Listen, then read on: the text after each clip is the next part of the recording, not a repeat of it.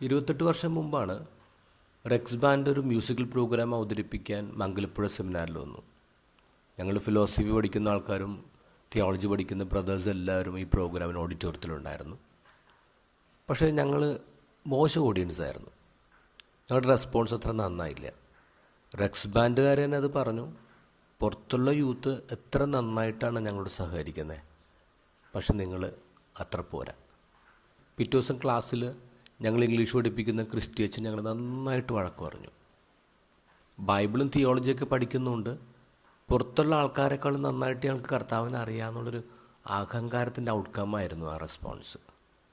ഇന്നത്തെ ഗോസ്പലിൽ കൃത്യമായൊരു കോൺട്രാസ്റ്റ് കാണുന്നുണ്ട്. ഈശോയുടെ ശിഷ്യന്മാർ ഈശോയുടെ കൂടെ നടന്ന ആൾക്കാരാണ്, പക്ഷെ എന്നിട്ടും ഈശോനെ മനസ്സിലാക്കാൻ പറ്റിയില്ല എന്നുള്ളതാണ്. വെള്ളത്തിൻ്റെ മീതെ നടന്നു വരുന്നത് കണ്ടപ്പോൾ അത് കർത്താവാണെന്നല്ല അവർ പറഞ്ഞത്, അത് ഭൂതമാണെന്നാണ് പറഞ്ഞത്. ഇത്ര ആൾ കൂടെ നടന്നവന് അവർക്ക് മനസ്സിലായില്ല. എല്ലാ കടലിൻ്റെ മീതെയും നടക്കാൻ കഴിവുള്ളവനാണ് ദൈവം എന്നുള്ള ഒരു തിരിച്ചറിവ് അവർക്കുണ്ടായില്ല.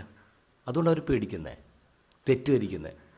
ഇവൻ പത്രോസ് ചലഞ്ച് ചെയ്യുന്നുണ്ടല്ലോ, കർത്താവ് അത് അങ്ങാണെങ്കിൽ, കർത്താവ് നീ തന്നെ ആണെങ്കിൽ ഞാൻ കടലിൻ്റെ മീതെ നടന്നു വരട്ടെ. അവൻ നടക്കുന്നു, മുങ്ങിപ്പോകുന്നു. അപ്പോൾ ഈശോ പറയാണ് അല്പവിശ്വാസി. മൊത്തം ശിഷ്യന്മാരെ വിളിക്കുന്ന അല്പവിശ്വാസി, ഇത്ര ആൾ കൂടെ കിടന്നിട്ടും നിങ്ങൾ എന്നെ അറിഞ്ഞില്ലല്ലോ.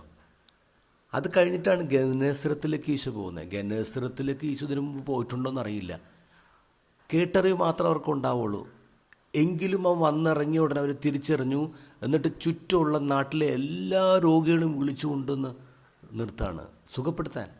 വിശ്വാസം എന്താണ്? നിൻ്റെ വസ്ത്രത്തിൻ്റെ വിളിമ്പി തൊട്ടാൽ മതി, ഞങ്ങൾ സുഖപ്പെടും.